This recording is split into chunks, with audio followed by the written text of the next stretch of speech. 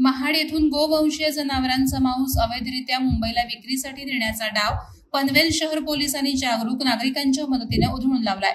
पळसपे फाटा येथे 2 गाड्यांमध्ये मांस वाहून नेण्यात येत असताना पोलिसांनी सापळा रचून या गाड्यांना पकडलं। या कारवाईत 4 जणांना ताब्यात घेण्यात आलं असून 3 जण फरार झालेत।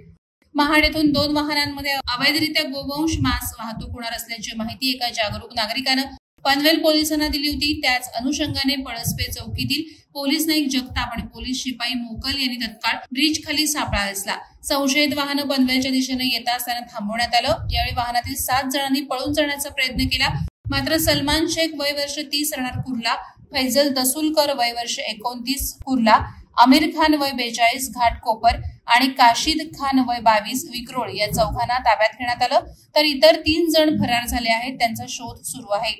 पोलिसांनी या गाड्यांची तपासणी केल्यानंतर अंदाजे 500 ते 600 किलो गोवंश मांस काळ्या ताडपत्रीत झाकून ठेवलेलं आढळलं। याशिवाय मांस कापण्यासाठी लागणारी हत्यारही जप्त करण्यात आली आहेत। या प्रकरणी पनवेल शहर पोलिसांनी भारतीय न्याय संहिता 2023 चे कलम 3(5), 325 आणि महाराष्ट्र पशु संरक्षण अधिनियम 1976 चे कलम 5(b) आणि 5(c) अंतर्गत गुन्हा नोंदवलाय।